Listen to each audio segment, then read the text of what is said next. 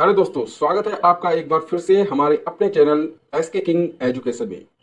आज मैं आपके लिए लेकर आया हूं यूपी पुलिस कांस्टेबल की जो भी most important GS and GK के क्वेश्चन रहने वाले हैं, उसकी मैं मॉक टेस्ट आपके लिए आज लेकर आया हूं।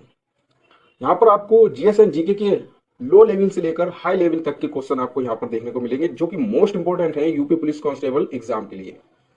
जैसा कि आपको पता है कि री एग्जाम होने वाला है, तो उसके लिए जो मोस्ट इंपोर्टेंट क्वेश्चन है जीएस एंड जीके के, वो आपके लिए मॉक टेस्ट के रूप में मैं लेकर आया हूँ। तो देरी ना करते हुए वीडियो को स्टार्ट करते हैं। यहाँ पर आप पहला क्वेश्चन देख रहे होंगे कि उदयगिरी के पत्थरों को काटकर बनी गुफाएं किस राज्य में स्थित है, ये आपसे पूछा गया है। तो मैं आपको बता दूं कि उदयगिरी के जो पत्थरों को काटकर जो गुफाएं बनाई गई है ना, वो उड़ीसा राज्य में बनाई गई है। ठीक है ना, उड़ीसा राज्य में बनाई गई है। तो ऑप्शन नंबर डी आपका सही हो जाएगा। जो भी ऑप्शन नंबर डी लगा रहे हैं वो बिल्कुल सही है। चलिए अगले क्वेश्चन की ओर बढ़ते हैं। यहाँ पर अगला क्वेश्चन है, मंदिरों की उत्तरी शैली किस रूप में जानी जाती है। ये शैलियों से जो क्वेश्चन आते हैं वो मोस्ट इंपोर्टेंट होते हैं, हर एक परीक्षा में देखने को मिल जाते हैं। ठीक है ना, तो मंदिरों की जो शैली है वो तीन प्रकार की होती है। भारत में तीन प्रकार की शैली पाई जाती है। एक होती है द्रविड़, नागर और बेसर। ठीक है ना, जो उत्तरी शैली होती है उसे हम नागर शैली कहते हैं, और उत्तरी शैली ही इसमें पूछी गई कि मंदिरों की उत्तरी शैली किस रूप में जानी जाती है, तो नागर रूप में, नागर शैली के रूप में जानी जाती है। ठीक है ना, ऑप्शन नंबर बी आपका सही हो जाएगा। जो भी ऑप्शन नंबर बी लगा रहे हैं बिल्कुल सही है।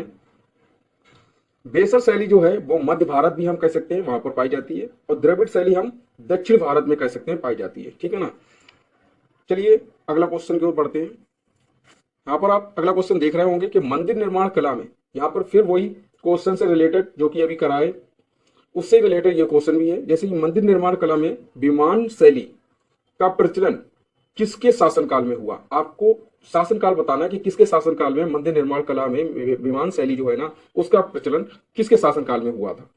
तो यहाँ पर आपका राइट आंसर हो जाएगा चोल वंश। चोल वंश के जो शासन था ना, चोल वंश का जो शासन था, उसमें मंदिर निर्माण कला में विमान शैली का प्रचलन सबसे ज्यादा हुआ कह सकते हैं। ठीक है ना, तो ऑप्शन नंबर बी आपका सही हो जाएगा। जो भी ऑप्शन नंबर बी लगा रहा है बिल्कुल सही है। चलिए अगले क्वेश्चन की ओर बढ़ते हैं, अगली स्लाइड की ओर बढ़ते हैं। यहाँ पर देख सकते हैं आप क्वेश्चन कि शेख फरीद का सर्वाधिक ख्यातिलब्ध शिष्य जिसने दिल्ली के 7 सुल्तानों का शासन देखा था, कौन थे। ठीक है ना, मोस्ट इंपोर्टेंट क्वेश्चन है ये। आपको अन्य जो विभिन्न परीक्षाएं होती हैं उसमें आपको यहाँ पर देखने को मिल जाता है। कभी ये पूछ लेता है कि शेख फरीद के जो शिष्य थे वो कौन थे, या कभी ऐसे पूछ लेता है कि दिल्ली के 7 सुल्तानों का शासन देखा वह कौन थे। ठीक है ना, तो इसका जो राइट आंसर हो जाएगा ऑप्शन नंबर ए हो जाएगा, निजामुद्दीन औलिया। ठीक है ना, ऑप्शन नंबर ए जो लगा रहे हैं वो बिल्कुल सही है। चलिए अगले क्वेश्चन की ओर बढ़ते हैं। यहाँ पर अगला क्वेश्चन आप देख सकते हैं कि यहाँ पर दिया गया है, निम्नलिखित में से कौन पहला सुल्तान था जिसने भारत में सांकेतिक मुद्रा का प्रचलन किया। सांकेतिक मुद्रा का प्रचलन किया, हिस्ट्री का जो क्वेश्चन है, बहुत ही अच्छा क्वेश्चन है हिस्ट्री का, कि निम्नलिखित में से कौन पहला सुल्तान था जिसने भारत में सांकेतिक मुद्रा का प्रचलन किया था। ठीक है ना, तो यहाँ पर आपका राइट आंसर हो जाएगा ऑप्शन नंबर सी, मोहम्मद बिन तुगलक। ठीक है ना, ऑप्शन नंबर सी, मोहम्मद बिन तुगलक। अगर हम यहीं पर एक क्वेश्चन करें आपसे कि जौनपुर जो है वो किसकी याद में बसाया था या बसाया गया था कह सकते हैं, तो जौनपुर जो है वो मोहम्मद बिन तुगलक के ही याद में बसाया गया था। और किसने बसाया था, तो फिरोज शाह तुगलक, इसके चचेरे भाई ने बसाया था। ठीक है ना, तो आपका यहाँ पर right answer option number C हो जाएगा। जो भी ऑप्शन नंबर सी लगा रहा है बिल्कुल सही है। चलिए अगले क्वेश्चन की ओर बढ़ते हैं। सल्तनत काल में दीवान ए अमीर को ही विभाग, जो कि एक विभाग होता था सल्तनत काल में, उस विभाग में निम्नलिखित में से किससे संबंध है। मतलब ये विभाग जो है वो किससे संबंध था। तो ये जो दीवान ए अमीर को ही जो विभाग था ना, वो कृषि से संबंधित था, कृषि से संबंधित था। तो आपका right answer option number C हो जाएगा। ठीक है ना, जो भी सी लगा रहे हैं बिल्कुल सही है, सी ऑप्शन राइट हो जाएगा। मैं आपको ये बात बता दूं कि ये जो मोस्ट इंपोर्टेंट क्वेश्चन की जो आपकी टेस्ट सीरीज चल रही है, मॉक टेस्ट चल रहा है ना, तो इसका आप अपना नोट्स भी बनाते चलिए, जो कि आपको एग्जाम के जस्ट 1 या 2 दिन पहले आपको ये देख सको कि कैसे क्वेश्चन आते हैं और कैसे हम वहां पर करके आएंगे। ठीक है ना, तो इसको आपको जो लिख लोगे तो इसमें आपको आसानी होगी। ठीक है ना, अगला क्वेश्चन यहाँ पर देखते हैं, निम्नलिखित में से कौन सी घटना सबसे अंत में हुई। मतलब इनमें हम क्रम देखेंगे और उसमें जो सबसे लास्ट में होगा वो हमसे पूछा गया है। ठीक है ना, अंत में हुई वह कौन सी घटना थी। ठीक है ना, घटना पूछी गई है। तो यहाँ पर आपका राइट आंसर हो जाएगा ऑप्शन नंबर डी। जो सांप्रदायिक निर्णय था ना वो सबसे बाद में हुआ। चौरी चौरा की घटना और दांडी मार्च और गांधी इरविन समझौता, इन तीनों के बाद में हुआ। सबसे लास्ट में सांप्रदायिक निर्णय यानी अवार्ड की घोषणा की थी। ठीक है ना, तो ऑप्शन नंबर डी आपका राइट हो जाएगा। चलिए आगे बढ़ते हैं। अगला क्वेश्चन आप यहां पर देख सकते हैं कि निम्नलिखित में से कौन काशी विद्यापीठ, बहुत ही अच्छा क्वेश्चन है ये, काशी विद्यापीठ का संस्थापक था। यहां पर आपसे काशी विद्यापीठ, देखिए गौर से सुनिए, काशी विद्यापीठ पूछ रहा है, काशी विद्यापीठ का संस्थापक था। तो यहां पर आपका राइट आंसर क्या हो जाएगा, कमेंट में एक बार जरूर बताइए हमें। यहां पर आपका राइट आंसर हो जाएगा ऑप्शन नंबर सी, बाबू शिव प्रसाद गुप्त। ठीक है ना, ऑप्शन नंबर सी आपका राइट हो जाएगा। अगर यहीं पर आपसे पूछे कि बनारस हिंदू विश्वविद्यालय, बनारस हिंदू विश्वविद्यालय की स्थापना किसने की, तो वो हो जाएगा पंडित मदन मोहन मालवीय। लेकिन यहां पर पूछा क्या गया है कि काशी विद्यापीठ जो है ना उसके जो संस्थापक है वो कौन है, तो ऑप्शन नंबर सी यहां पर राइट हो जाएगा, बाबू शिव प्रसाद गुप्त। ठीक है ना, चलिए अगले क्वेश्चन को पढ़ते हैं। यहां पर आप अगला क्वेश्चन देख रहे होंगे कि निम्नलिखित में से कौन,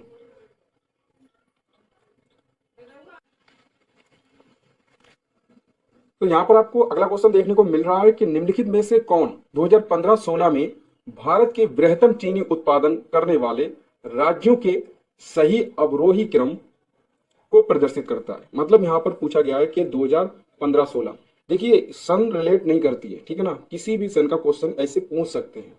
ठीक है, इसलिए मैंने ये क्वेश्चन आपके मॉक टेस्ट में रखा है। ठीक है, कि निम्नलिखित में से कौन 2015-16 में भारत के बृहत्तम चीनी उत्पादन करने वाले जो राज्य हैं उसका सही अवरोही क्रम बताइए।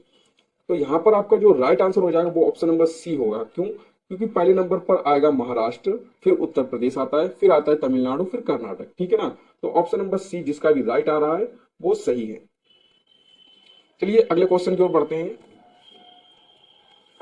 यहाँ पर आप अगला क्वेश्चन देख सकते हैं कि मध्य प्रदेश के नेपा नगर में है। यहाँ पर पूछा गया है मध्य प्रदेश यानी एमपी के जो नेपा नगर है ना उसमें क्या है।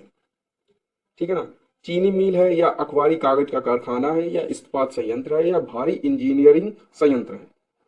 तो जो मध्य प्रदेश यानी एमपी का नेपा नगर है ना उसमें अखबारी कागज का कारखाना है। क्या है, अखबारी कागज का कारखाना है। ऑप्शन नंबर बी राइट है। ठीक है, चलिए आगे बढ़ते हैं।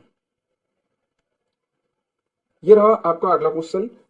इसमें आप देख सकते हैं पूछा गया है कि निम्न राज्यों में से किसमें भारत की कुल रेशमी कपड़े का लगभग 50% उत्पादन होता है। ऐसा कौन सा राज्य है जिसमें भारत की कुल रेशमी कपड़े का लगभग 50% उत्पादन होता है। तो रेशम की अगर बात आ जाए या रेशमी कपड़े की अगर बात आ जाए, उत्पादन की बात आ जाए, तो वहां पर हम कर्नाटक लगाएंगे। ठीक है ना, कर्नाटक ही लगाएंगे। ऑप्शन नंबर ए जिसका भी आ रहा है वो राइट है। अगला क्वेश्चन यहां पर देखते हैं, अगले क्वेश्चन की ओर बढ़ते हैं। निम्नलिखित पहाड़ियों में से कौन सी पूर्वी घाट एवं पश्चिमी घाट के मिलन स्थल को बनाती है। तो यहां पर गौर कीजिए, यहां पर अगर हम मैप के द्वारा बताएं, इंडिया के मैप के द्वारा, तो यहां पर ये जो इस साइड जो पड़ता है ना, ये इस साइड जो है वो पूर्वी घाट होता है। क्या होता है, पूर्वी घाट, और इसको हम पश्चिमी घाट कहते हैं। ठीक है, ये समुद्र होता है, इसको पूर्वी घाट कहते हैं, इसको हम पश्चिमी घाट कहते हैं। ठीक है, तो वहीं पर अगर पूछा गया है कि जो पूर्वी घाट है ना, पूर्वी घाट और पश्चिमी घाट, इनका जो मिलन स्थल है, मतलब ये पूर्वी घाट और जो पश्चिमी घाट को मिलाती हैं वह पहाड़ियां कौन सी हैं। ठीक है, तो यहां पर आपका राइट आंसर हो जाएगा ऑप्शन नंबर सी। ठीक है ना, ऑप्शन नंबर सी आपका राइट हो जाएगा, नीलगिरी की पहाड़ियां। नीलगिरी की पहाड़ियां कहां पर है, तो यहां पर आपको देखने को मिल जाएंगी।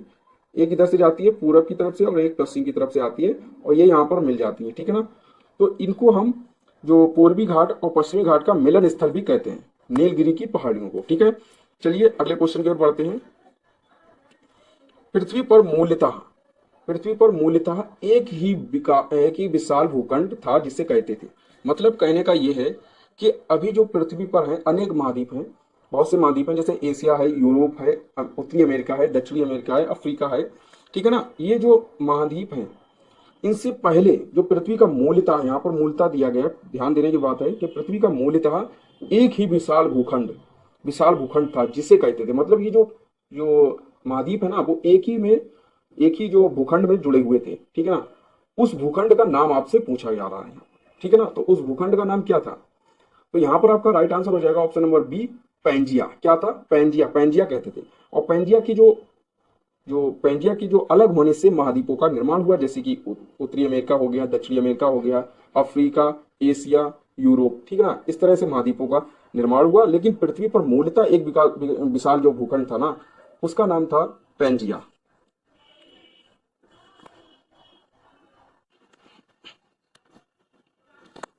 ठीक है, यहां पर आपका राइट आंसर हो जाएगा ऑप्शन नंबर बी, ठीक है, सही हो जाएगा। जिसका भी ऑप्शन नंबर बी आ रहा है वो बिल्कुल सही है। चलिए अगली स्लाइड की ओर बढ़ते हैं, अगले क्वेश्चन की ओर बढ़ते हैं। यहाँ पर आप अगला क्वेश्चन देख रहे होंगे कि निम्नलिखित में से रिएक्टर स्केल का उपयोग किस लिए किया जाता है। ये भी इंपॉर्टेंट क्वेश्चन है, आपकी जो परीक्षा में आने की संभावना इसकी है कि रिएक्टर स्केल का उपयोग जो होता है वो किस लिए किया जाता है।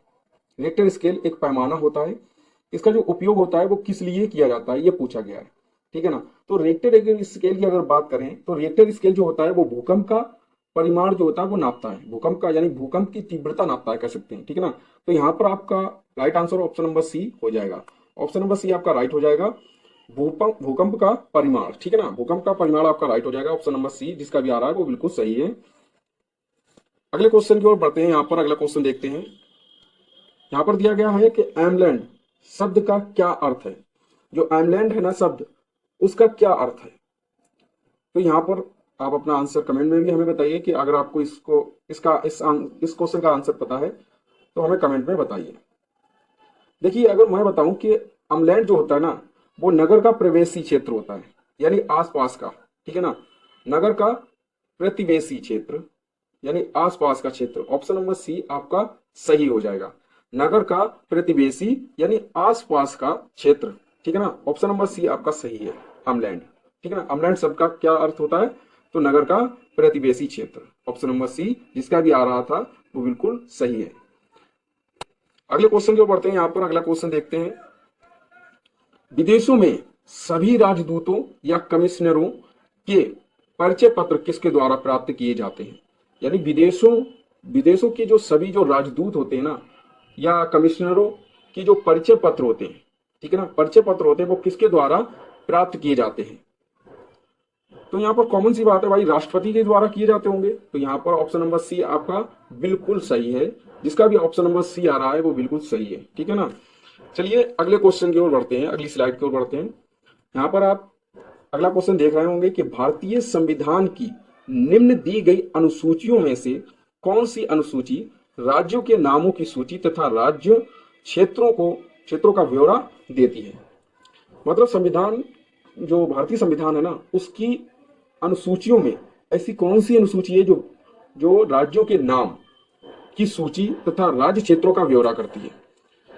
तो देखिए पहली अनुसूची में जो है वो राज्य के नाम दिए गए हैं, ठीक है ना, राज्यों के नाम दिए गए हैं पहली अनुसूची में। तो यहां पर आपका राइट आंसर हो जाएगा ऑप्शन नंबर ए, ठीक है ना। ऑप्शन नंबर ए आपका सही है, जिसका भी ऑप्शन नंबर ए आ रहा था वो बिल्कुल सही है। यहाँ पर आप कमेंट करके बताइए कि आपके कितने क्वेश्चन यहाँ पर सही हो रहे हैं और कितने गलत हो रहे हैं, ठीक है ना, जिससे कि मैं आप यहाँ पर आप अगला क्वेश्चन देख रहे होंगे कि यूएन यानी संयुक्त राष्ट्र के महासचिव जिनका नाम है श्री कोफी अन्नान, वह किस राष्ट्र से संबंधित हैं। जो कि संयुक्त राष्ट्र के महासचिव श्री कोफी अन्नान किस राष्ट्र से संबंधित है, आपको ये पूछा जा रहा है। इस टाइप के भी क्वेश्चन आ सकते हैं। तो यूएन अगर आपने नहीं पढ़ा है तो आप हमें कमेंट में बता सकते हैं। यूएन के लिए मैं प्रॉपर एक वीडियो बनाऊंगा जिससे कि आपका यूएन पूरा ही क्लियर हो जाएगा। संयुक्त राष्ट्र के बारे में पूरी डिटेल से मैं आपको बताऊंगा। तो अगर यूएन के बारे में, आपको संयुक्त राष्ट्र के बारे में कुछ भी नहीं पता है तो प्लीज हमें कमेंट करके जरूर बताइए, मैं इस पर वीडियो जरूर बनाऊंगा। तो बताइए इसका राइट आंसर क्या हो जाएगा। तो दोस्तों आपका यहाँ पर राइट आंसर हो जाएगा ऑप्शन नंबर ए घाना। क्या हो जाएगा, ऑप्शन नंबर ए घाना आपका राइट आंसर हो जाएगा। चलिए अगले क्वेश्चन की ओर बढ़ते हैं। यहाँ पर अगला क्वेश्चन आप देख रहे होंगे यूएनओ, जो कि अभी पिछला क्वेश्चन आपने देखा यूएन से, वैसे यूएनओ देखो कि सुरक्षा परिषद, यूएनओ की जो सुरक्षा परिषद है उसमें कितने स्थायी सदस्य होते हैं। मैं आपको बता दूं कि यूएनओ की जो सुरक्षा परिषद होती है उसमें 5 स्थायी सदस्य होते हैं। 5 स्थायी सदस्य होते हैं, तो 5 ऑप्शन नंबर ए में है। तो आपका right answer option number A हो जाएगा, ठीक है ना। जो यूएनओ की जो सुरक्षा परिषद होती है ना, उसमें स्थायी रूप से जो सदस्य होते हैं वो 5 देश होते हैं, ठीक है ना। तो आपका राइट आंसर हो जाएगा ऑप्शन नंबर ए। चलिए अगले क्वेश्चन की ओर बढ़ते हैं। एक संघीय व्यवस्था और केंद्र एक संघीय व्यवस्था और केंद्र में द्वैध शासन भारत में लागू किया गया था, कौन से अधिनियम के द्वारा, यहां पर पूछा गया है, ठीक है ना। तो मैं आपको बता दूं 1935 के अधिनियम द्वारा, 1935 के अधिनियम द्वारा संघीय व्यवस्था और केंद्र में द्वैध शासन भारत में लागू किया गया। यहां पर आपका राइट आंसर हो जाएगा ऑप्शन नंबर सी, 1935 के अधिनियम द्वारा, 1935 के अधिनियम द्वारा। जिसका भी ऑप्शन नंबर सी आ रहा है वो बिल्कुल सही है, बिल्कुल राइट है। अगले क्वेश्चन को पढ़ते हैं। यहां पर अगला क्वेश्चन आप देख सकते हैं, निम्नलिखित में से कौन ऊष्मा का सर्वाधिक उत्तम चालक यानी कि बेस्ट कंडक्टर है। निम्नलिखित में से कौन ऊष्मा का सर्वाधिक उत्तम चालक है, कौन सा है भाई।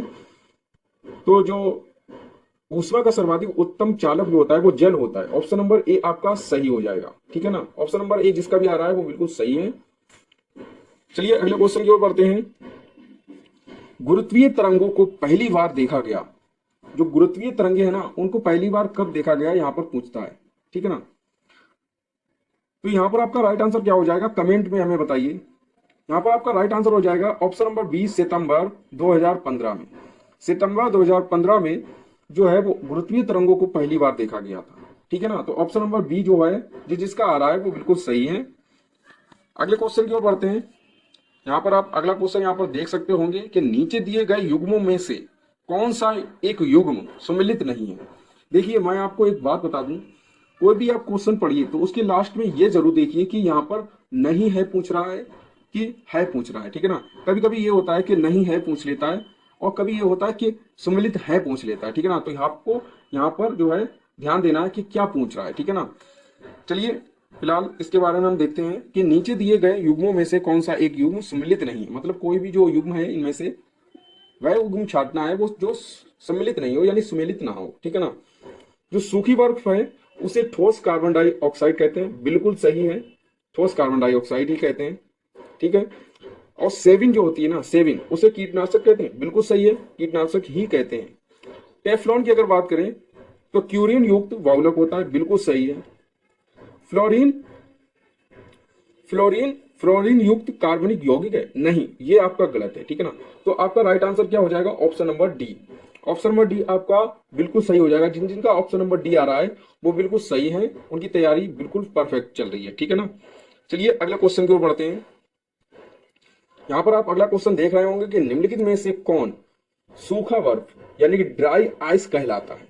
निम्नलिखित में से कौन सूखा बर्फ यानी ड्राई आइस कहलाता है। तो क्या कहलाता है, कौन सा जो है वो कहलाता है। मतलब ऑप्शन में आप देखिए कि निम्नलिखित में से कौन सूखा बर्फ, जैसे कि आपको पहला ही क्वेश्चन देख चुके हैं, इससे पहले जस्ट इससे पहले को क्वेश्चन देख चुके हैं जिसमें कि आपको ठोस बर्फ बताई गई थी, ठीक है ना। ठोस बर्फ बताई गई थी, वही सूखा बर्फ हम भी कह सकते हैं। तो यहाँ पर आपका राइट आंसर क्या हो जाएगा, ठोस कार्बन डाइऑक्साइड, ठीक है ना। ऑप्शन नंबर डी जिन जिनका आ रहा है बिल्कुल सही है, उनकी तैयारी बिल्कुल प्रॉपर है, मैं फिर से कहूंगा, ठीक है ना। आपका आंसर ऑप्शन नंबर डी बिल्कुल सही है। ठोस कार्बन डाइऑक्साइड कहते हैं सूखे बर्फ को, सूखा बर्फ भी कहते हैं, ड्राई आइस भी कहते हैं। चलिए अगले क्वेश्चन की ओर बढ़ते हैं। यहाँ पर अगला क्वेश्चन आप देख सकते हैं कि मानव शरीर में कार्बोहाइड्रेट निम्नलिखित रूप में संग्रहित रहता है। मतलब यहाँ पर देखिए क्वेश्चन को समझिए, आपके साइंस के भी क्वेश्चन 2 से 3 आ सकते हैं, यूपी पुलिस की जो परीक्षाएं या अन्य कोई परीक्षाएं उनमें भी आ सकते हैं, ठीक है ना। मानव शरीर में कार्बोहाइड्रेट निम्नलिखित रूप में संग्रहित रहता है। मतलब मानव शरीर में जो कार्बोहाइड्रेट है वो निम्नलिखित में से किस रूप में संग्रहित रहता है, ये आपसे पूछा गया है।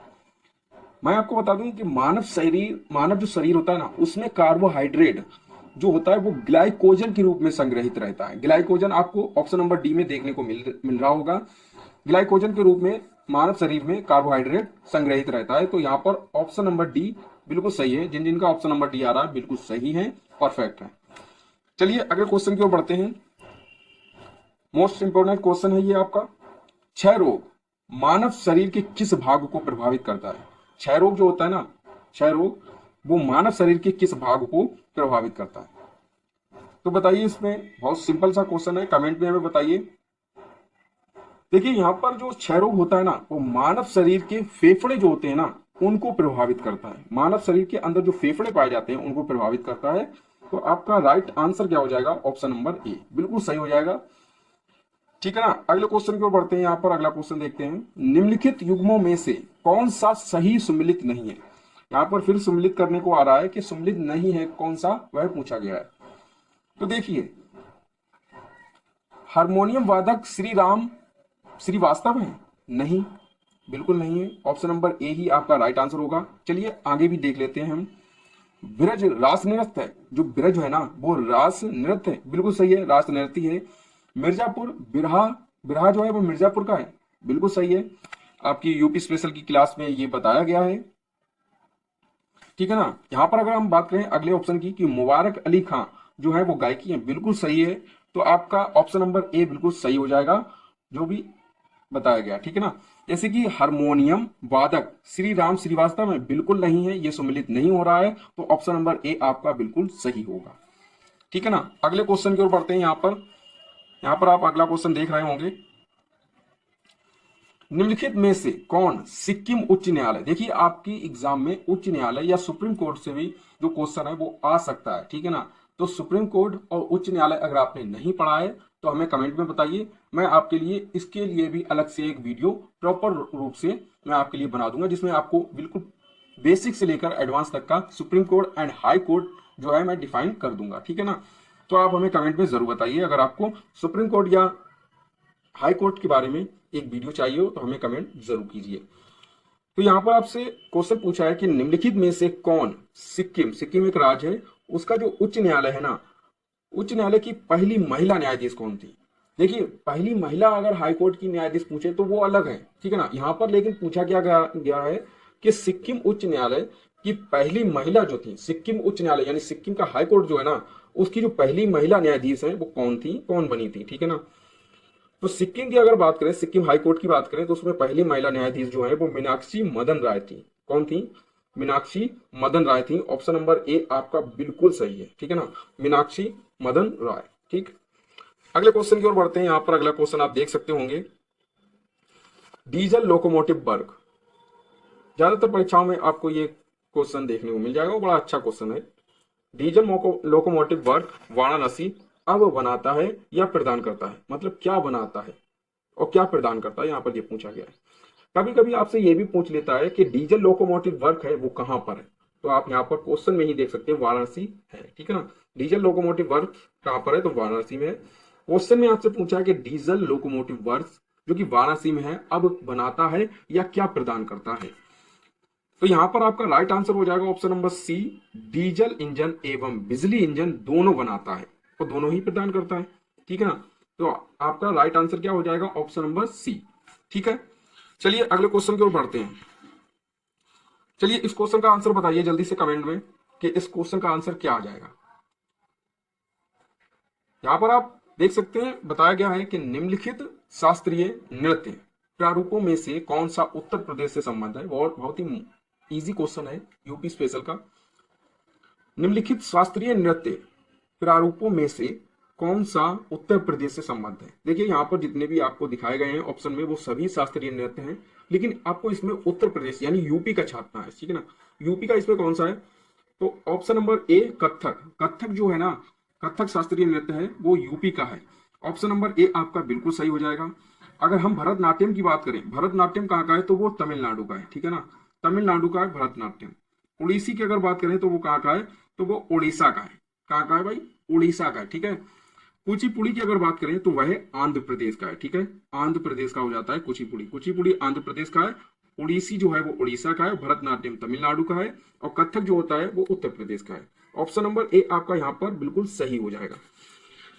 ठीक है। आपकी यहाँ पर आज क्लास खत्म होती है। अगर आपको ये क्लास अच्छी लगी हो तो प्लीज हमारे इस वीडियो को लाइक करिए और हमें कमेंट में आप अपनी राय जरूर दीजिए कि आपको ये वीडियो कैसी लगी और कितने आपको इसमें क्वेश्चन अच्छे लगे जो कि पेपर में आपके आने की ज्यादातर संभावना है, और कितने आपने इस मॉक टेस्ट में कितने क्वेश्चन आपने हल किए। ठीक है ना। तो आप हमें कमेंट में भी बताइए।